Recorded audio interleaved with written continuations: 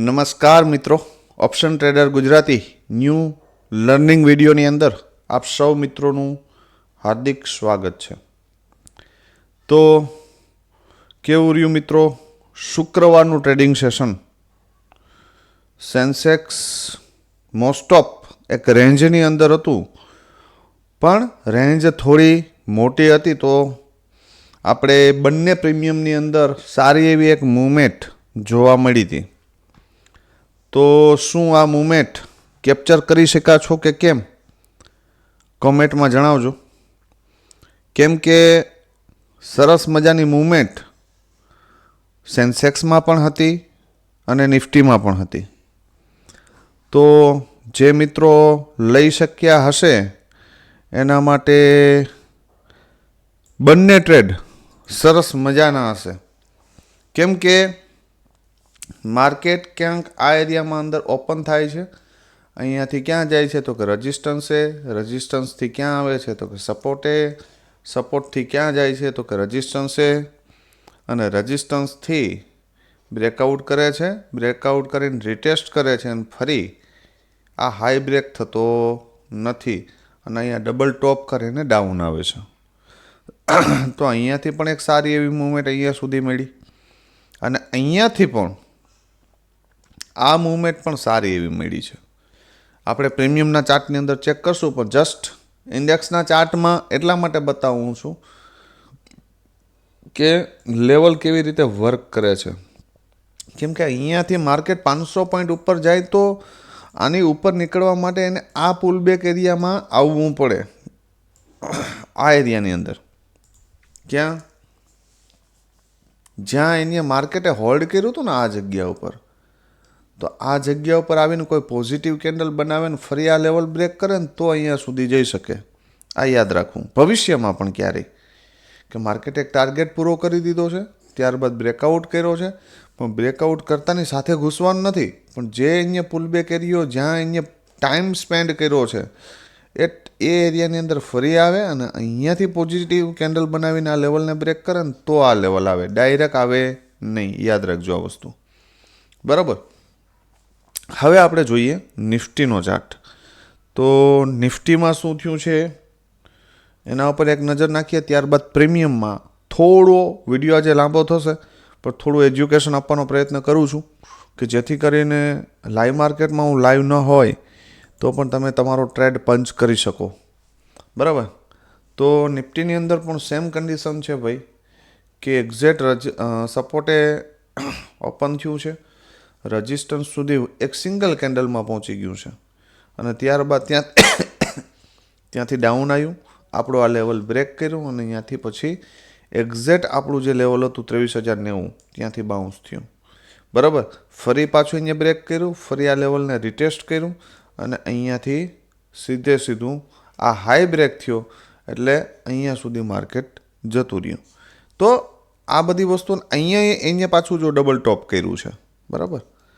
આ ટોપથી જે આ ટોપ સેકન્ડ ટોપ બનાવ્યું છે એ આની નીચે છે, અને જ્યારે એનું ડાઉન સાઈડ એક કેન્ડલનું ક્લોઝિંગ આવે છે તો ત્યાંથી વન વે ડાઉનફોલ તમને જોવા મળ્યો, બરાબર. હવે આપણે પ્રીમિયમના ચાર્ટ ઉપર એક નજર નાખીએ એટલે સમજાશે આ વસ્તુ કે ખરેખર શું હતું. આજે બંને ચાર્ટ એકી સાથે એક ડિસ્પ્લે ઉપર કર્યા છે તમને સમજાવવા માટે. હવે આની અંદર આપણે ક્લીન ભાષામાં એક વાત થઈ હતી કે જો ભાઈ કોલનું પ્રીમિયમ આપણે ટોપ ઉપર મળે ને તો આપણે ફરજિયાત એની અહીંયા આવવાની રાહ જોશું, બોટમ ઉપર મળે તો લેશું, યા તો આનો બ્રેકઆઉટ કરે તો લેશું. તો આ પ્રીમિયમ તો અહીંયાથી રિજેક્શન લે છે, આ જગ્યાએથી રિજેક્શન લે છે, તો કોલમાં તો આપણો ટ્રેડ બનતો નથી. પણ આ એરિયાની અંદર જ્યારે અહીંયા રિજેક્શનની સાથે આ એક કેન્ડલનું ક્લોઝિંગ આપે છે ત્યારે હજી આ પ્રીમિયમ અહીંયા જ છે. ચલો ઠીક છે, આપણે માની લઈએ કે આ પ્રીમિયમ આપણે ડીપ નથી મળ્યું, આપણે આ ટ્રેડને ઇગ્નોર કરી દઈએ, બરાબર. મેં તો આ ટ્રેડ પકડ્યો હતો, ડીપથી પકડ્યો હતો, પણ ધારી લ્યો કે આ ટ્રેડને આપણે ઇગ્નોર કરીએ. શું કામ? આ ટ્રેડ આપણે બોટમે નથી મળ્યો, બરાબર. પણ જ્યારે આ પ્રીમિયમ અહીંયા ગયું અને અહીંયા જે આ રિજેક્શન કેન્ડલો બનાવી છે આ એરિયામાં, અને ત્યારે આ પ્રીમિયમ ક્યાં હતું તો કે બોટમ ઉપર. બરાબર. અહીંયા ઓછામાં ઓછી 10 કેન્ડલ હોલ્ડ કરી છે આ એક જ લેવલને. આમાંથી કોઈ પણ જગ્યાએ તમે બાઇંગ કર્યું હશે ને, અહીંયા બોટમ ઉપર, અહીંયાથી આપણું જશે તો 30 પોઈન્ટનો એસએલ જશે. આનાથી વધારે શું જશે? પણ આ પ્રીમિયમને અહીંયા બાય કરશું તો શું થશે? તો કે આપણો નેક્સ્ટ સપોર્ટ એરિયા આ જ છે. અહીંયાથી છેટકું ને એટલે આ છે, તો આમાં તમારું 50% કેપિટલ જશે. આ યાદ રાખજો, બરાબર. તો હંમેશા ટ્રેડ એવો પકડો કે જે બોટમે મળે, નહીં કે ટોપ ઉપર. ભલે બોટમ ઉપરથી 30 પોઈન્ટનો એસએલ લઈ જશે ને તો એ 150 પોઈન્ટનો ટાર્ગેટે દેશે ભાઈ. આ યાદ રાખજો. તો કેટલા એસએલ લઈ જશે? તમે 262 થી 417, બરાબર. આને લગભગ 450 સુધીનો હાઈ છે આનો. આપણે 417 જ નીકળી જવું છે, બરાબર. તો પણ ઘણા પોઈન્ટ છે, 200ની આજુબાજુ પોઈન્ટ છે. તો 200 પોઈન્ટ એટલે એક 10 ક્વોન્ટિટી સેન્સેક્સની હવે 10ની ક્વોન્ટિટીનો લોટ થઈ ગયો છે. તો પણ 2000નો પ્રોફિટ છે મિત્રો, યાદ રાખો તમે. 2600ના પ્રીમિયમમાં 2600ના પ્રીમિયમ આપણે મહત્વની વાત એક એ વસ્તુ યાદ રાખવાની છે કે આપણે બોટમેથી બેસવું છે, 30 પોઈન્ટનો બિંદાસ એસએલ દેવો છે, બરાબર. પણ ટાર્ગેટ તો પૂરો જ લેવો છે, અધૂરો ટાર્ગેટ ના ખપે. ગુજરાતીમાં વાત, એક નિયમ કરી નાખો એમ કે આપણે એક તો બોટમ ઉપર બેસવું છે અને ટાર્ગેટ પૂરો લેવો છે. કેમ કે તમારા 4 એસએલ જશે ને એક ટાર્ગેટ આવશે ને તોય તમે પ્રોફિટમાં હશો. આ યાદ રાખજો, બરાબર. તો અહીંથી એક સરસ મજાનો એક ટ્રેડ આપણે અહીંયા મળ્યો, બરાબર. ઠીક છે, ચલો. એના પછી આ ટ્રેડ પછી અહીંયાથી ફરી રિજેક્શન આવે છે, ડાઉન આવે છે. આપણા પુલબેક એરિયાએ આવતું નથી, ફરી અહીં ઉપર જાય છે ને ફરી આ લો બ્રેક થાય છે. તો ત્યારે અહીંયા પણ એ ડબલ બોટમ બને છે. જો આ પ્રીમિયમની અંદર દેખાય છે, હાઈ, ડાઉન, અને ફરી આ કેન્ડલ જે છે ને, ફરી વાર બતાવું છું, આ કેન્ડલ એ બ્રેકઆઉટ આપે છે આ રેન્જનો પણ, બરાબર. તો અહીંયાથી આપણે માની લઈએ કે નથી બેઠા, ઠીક છે. આપણો બેઝ ઉપર હજી પ્રીમિયમ અહીંયા બેઝ બની જ ગયો હતો, પણ માની લ્યો કે તમને આ વસ્તુની ખબર જ નથી ને બેઝ ઉપર આપણે બેઠા નથી, તો આપણે અહીંયાથી અહીંયા આવ્યા છે, અહીંયા પાછી 10 કેન્ડલ હોલ્ડ કરી છે. અહીંયા પણ 30 પોઈન્ટનો કે 35 પોઈન્ટનો એસએલ, તમે બસ 300 વાળું પ્રીમિયમ છે તો સેન્સેક્સની અંદર 300-400નો એસએલ દેવા માટે તૈયાર રહેવું ભાઈ, બરાબર. કેમ કે જો વોલેટિલિટી વધારે હશે ને, 15 ઉપર ઇન્ડિયા વિક્સ હશે ને તો 50 રૂપિયાનો એસએલ રાખવો પડશે. આ વસ્તુ યાદ રાખવી. 40-50 રૂપિયાના એસએલ દેવા માટે તૈયાર રહેવાનું. કેમ કે 500 રૂપિયાના એસએલની સામે આપણે 2000 રૂપિયાનો ટાર્ગેટ લઈએ છીએ, બરાબર. તો મિનિમમ 25% રિસ્ક તો હોવું જોઈએ આપણું. તો જ્યારે તમે પણ એન્ટ્રી ક્યાં લેવાની છે તો કે બોટમ ઉપર અહીંયા. તો અહીંયાથી પણ 288 થી 419 સરસ મજાનો 140 પોઈન્ટ પ્લસનો, 419ની મોસ્ટ ઓફ આ 500 સુધી ગયો છે. એટલે અહીંયા પણ 200 પોઈન્ટનો ટાર્ગેટ તો વન વે છે, બરાબર. અને એમાંથી હું તો એમ કહું છું કે તમે કદાચ 150 પોઈન્ટ જ લીધા છે તો પણ સારી વસ્તુ છે. અહીંયા સુધીનો ફર્સ્ટ ટાર્ગેટ આવ્યો, તમે રિસ્ક રિવોર્ડ મુજબ નીકળી ગયા છો તો પણ સારી જ વસ્તુ છે, બરાબર. તો એ આપણે એક સરસ મજાના 2 ટ્રેડ આપણા હાથમાં બોટમેથી મળ્યા છે. તો આ રીતે કામ કરશો તો ઓવર ટ્રેડિંગ પણ નહીં થાય અને સારી રીતે પ્રોફિટ પણ કરી શકશો અને વ્યવસ્થિત રીતે માઇન્ડસેટથી કામ કરી શકશો, બરાબર. તો હવે આપણે આ તો વાત થઈ કે શુક્રવારે માર્કેટ કેવી રીતે ચાલ્યું.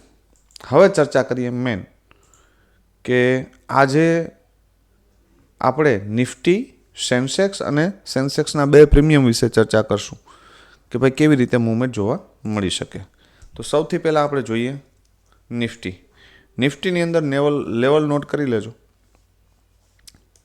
જ્યાં સુધી 23,151 આની ઉપર માર્કેટ ન નીકળે ત્યાં સુધી આપણે અપસાઇડ વિચારવાનું નથી.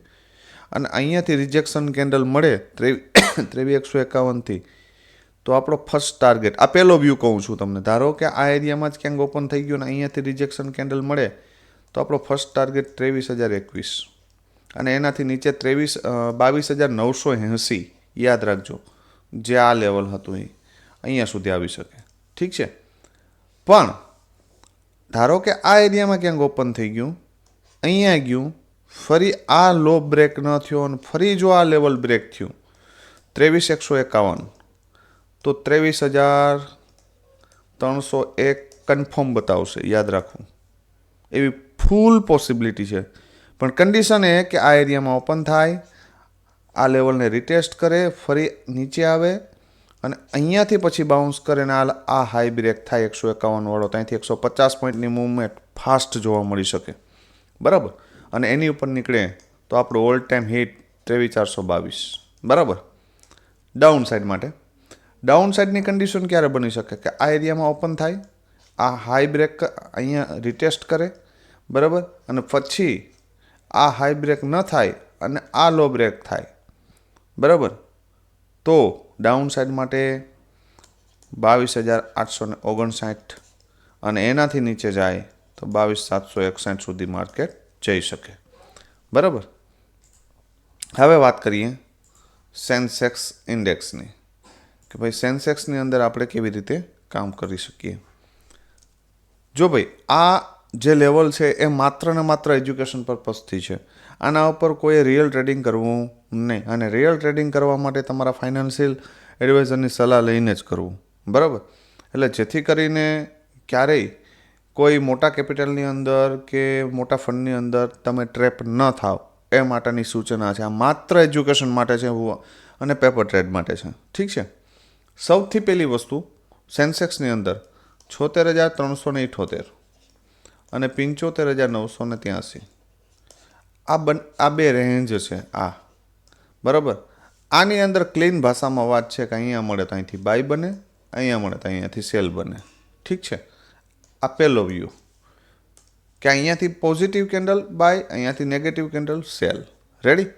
બીજી વાત કે માર્કેટ ધારો કે આની ઉપર જ ક્યાંક ઓપન થઈ ગયું, આની ઉપર ઓપન થયું અને જો ભૂલથી અહીંયા આવી ગયું તો આનો સપોર્ટ લેશે. યાદ રાખજો આ વસ્તુ. બરાબર. તો અહીંયાથી પછી ફર્સ્ટ ટાર્ગેટ અને સેકન્ડ આ મળી શકે. બરાબર. ધારો કે એ તમને 76,378ની ઉપર ઓપન થઈ ગયો અને અહીંયા આવ્યું, અહીંયા તો અહીંયાથી સપોર્ટ લેશે 75,983થી, અને ફર્સ્ટ ટાર્ગેટ 76,378 અને સેકન્ડ ટાર્ગેટ 76,835 સુધી આવી શકે, અને એનાથી ઉપર જાય તો 77,000ના રાઉન્ડ લેવલ સુધી. બરાબર. હવે ડાઉન સાઈડનો વ્યૂ કે ડાઉન સાઈડ માટે આ સરસ મજાની એક રેન્જ છે, આ સ્ટ્રોંગ રેઝિસ્ટન્સ છે. યાદ રાખજો માર્કેટ માટે. હવે આ એરિયામાં ક્યાંક ઓપન થાય, નીચે આવા સપોર્ટ લઈને ફરી આ એરિયો બ્રેક ન થાય તો સારો એવો ફોલ જોવા મળી શકે. તો આપણે યાદ રાખશું કે ભાઈ 75,983ની નીચે માર્કેટ જશે તો 75,643 સુધી આવી શકે, અને એની નીચે જાય તો 75,415. ઠીક છે. આ તો વાત થઈ ઇન્ડેક્સની. હવે આપણે ચર્ચા કરીએ પ્રીમિયમની. પ્રીમિયમની અંદર કેવી રીતે માર્કેટની અંદર મૂવમેન્ટ જોવા મળી શકે. સૌથી પહેલી વસ્તુ એ 76,100નો પુટ, 76,100નો પીઈ. જો ચોખ્ખી જ વસ્તુ છે કે પુટના પ્રીમિયમની અંદર અત્યારે એક સપોર્ટ છે અને એક બેઝ છે. બરાબર. હવે હું પર્સનલી એવું ઈચ્છું છું કે જો ભાઈ આ પ્રીમિયમ છે ને 154ની આજુબાજુ આવે ને તો એક વખત એ 290નો ટાર્ગેટ આપી શકે. આપશે એવું નહીં કહેતો, પણ આપી શકે. કેમ કે આ સ્ટ્રોંગ બેઝ છે 154. બરાબર. આને માર્કેટ રિસ્પેક્ટ કરશે. પછી ભલે પાછું ડાઉન આવી જાય પણ એક વખત એ આપવાનો પ્રયત્ન કરશે જેવું અહીંયા આવશે ને. તો આ મારા એક્સપિરિયન્સ ઉપરથી હું કહું છું, કેમ કે માર્કેટ પાસે એક સપોર્ટ બ્રેક કરી, ધારો કે આ એરિયામાં ક્યાંક ઓપન થયું ને માર્કેટ નીચે આવ્યું ને તો અહીંયા 154ને સપોર્ટ લઈને તો ફર્સ્ટ ટાર્ગેટ 290, અને જો આને બ્રેક કરી દે ને તો 435 સુધી બલિદાન આપી દેજો. ક્યાંથી 290ની ઉપર જો કોઈ કેન્ડલનું ક્લોઝિંગ આવી જાય ને તો આની નીચે 10-15 પોઈન્ટનો એસએલ રાખી અને 435 સુધી બલિદાન આપી દેજો. 435 છે ને એ આ પ્રીમિયમ માટે સ્ટ્રોંગ રેઝિસ્ટન્સ છે. યાદ રાખજો. જો આને બ્રેક કર્યું તો બ્લાસ્ટ મૂવમેન્ટ છે 653 સુધીની. બરાબર. પણ એના માટે આ લેવલને એને બ્રેક કરવું પડશે, આ યાદ રાખજો. અને એના ઉપર જશે તો 2827 એટલે કે 827 સુધી. તો આનો બેઝ છે 154, એના પછીનો નેક્સ્ટ ટાર્ગેટ છે 290 અને એની ઉપર છે 435. અહીંયા સુધીના લેવલ તો કન્ફર્મ જોવા મળી શકે. પણ કઈ કન્ડિશનમાં? તો કે ભાઈ ધારો કે આ પ્રીમિયમ અહીંયા ઓપન થઈ ગયું ને તો ફરજિયાત એને બેઝ ઉપર આવવા દો, જો ડેટા સ્ટ્રોંગ ન હોય તો. અને અહીંયાથી સપોર્ટ લેતું દેખાય ને તો આની નીચે 30 પોઈન્ટનો એસએલ નાખીને તમે ફર્સ્ટ ટાર્ગેટ અને સેકન્ડ આના માટે બેસી શકો. ઠીક છે. હવે આપણે ચર્ચા કરીએ તો કે કોલના પ્રીમિયમની, કે ભાઈ કોલના પ્રીમિયમમાં આપણે કેવી રીતે મૂવમેન્ટ જોવા મળી શકે. હવે કોલના પ્રીમિયમ છે ને ભાઈ અત્યારે બોટમ ઉપર છે. આની પાસે એકમાત્ર બેઝ છે 286નો, પ્રીમિયમ હાલે છે 302. હવે આની અંદર પૈસા ક્યારે બચાવવાના? તો કે 280ની નીચે કોઈ કેન્ડલનું ક્લોઝિંગ આવે તો આ 0.5ની કેપેસિટી છે આની, બરાબર. પછી ભવિષ્યમાં આવતીકાલે ગમે ત્યારે બેઝ બનાવે અને પછી બાઉન્સ કરે તો ઉપર આવવાની સિચ્યુએશન બની શકે, નહીતર બની શકે નહીં. હવે આ પ્રીમિયમની અંદર સારી એવી મૂવમેન્ટ ક્યારે જોવા મળી શકે? કે આ એરિયામાં ક્યાંક થોડું ગેપઅપ ઓપન થઈ જાય અને ઓપન થઈને અહીંયા આવે ને અહીંયા સપોર્ટ લેતું દેખાય 302, યાદ રાખજો. તો આ પ્રીમિયમની અંદર બ્લાસ્ટ મૂવમેન્ટ મળવાની પોસિબિલિટી છે. પણ મેં તમને કીધું એ કન્ડિશનની અંદર કે આ પ્રીમિયમને ક્યાં જોઈએ આપણે? અહીંયા ટોપ ઉપર, અહીંયા આવે અને અહીંયાથી બાઉન્સ બેક કરે તો 286થી બાઉન્સ બેક કરશે તો 427 સુધીનો પહેલો ટાર્ગેટ. ને જો આની ઉપર નીકળી જાય 427થી 500ની ઉપર નીકળે તો 692 સુધીના ટાર્ગેટ છે મિત્રો આમાં, અહીંયા સુધીના, બરાબર. તો આના ઉપર નજર રાખજો. જો આની ઉપર નીકળે તો ડીપલી નજર રાખજો, બરાબર. કેમ કે આ પ્રીમિયમની અંદર લોંગ સ્પેસ બાકી છે અને આ પ્રીમિયમની અંદર હવે કંઈ બાકી રહ્યું નથી. એટલે પોસિબિલિટી ખરી એક સ્પાઇકની અહીંયા સુધીની, બરાબર. અને ત્યાં સુધી ના આવે તો 500 સુધી તો આવશે જ, પણ જો અહીંયા મળી જાય તો, બરાબર. તો આનો બેઝ છે 286, લેવલ નોટ કરી લ્યો. એના પછીનું સેકન્ડ લેવલ છે 427, થર્ડ લેવલ છે 692 અને એના પછીનું ચોથું લેવલ છે 784 અને જો એની ઉપર નીકળો તો 991, બરાબર. તો અમે એવી આશા રાખીએ છીએ કે અમારા આ લેવલને કારણે આપ સૌ મિત્રો ઓવર ટ્રેડિંગથી બચતા હશો. બચો છો કે કેમ? ઓવર ટ્રેડિંગ કેટલું થાય છે એ જરા મને કોમેન્ટમાં જણાવજો. પ્રોફિટ કેટલો થાય છે એ પણ જણાવજો. તમારા કોઈ પ્રશ્ન હોય તો પણ વિડીયોની નીચે કોમેન્ટમાં જણાવજો, જેથી કરીને અમે એને સોલ્વ કરવાનો પૂરેપૂરો પ્રયત્ન કરશું, બરાબર. તો વિડીયોને લાઈક કરી દેજો, કોમેન્ટ કરજો અને બને એટલો શેર કરજો મિત્રો.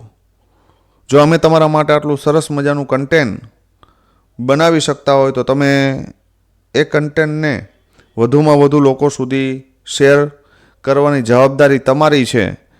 તો આજે મિનિમમ લાઈક 20+ હોવી જોઈએ અને કોમેન્ટ ઓછામાં ઓછી 20-25 હોવી જોઈએ. તો જ અમને એવું લાગશે કે ના ભાઈ અમે જે કન્ટેન્ટ બનાવીએ છીએ એની દરેક મિત્રોને જરૂરિયાત છે. તો જોઈએ હવે શું થાય છે, બરાબર.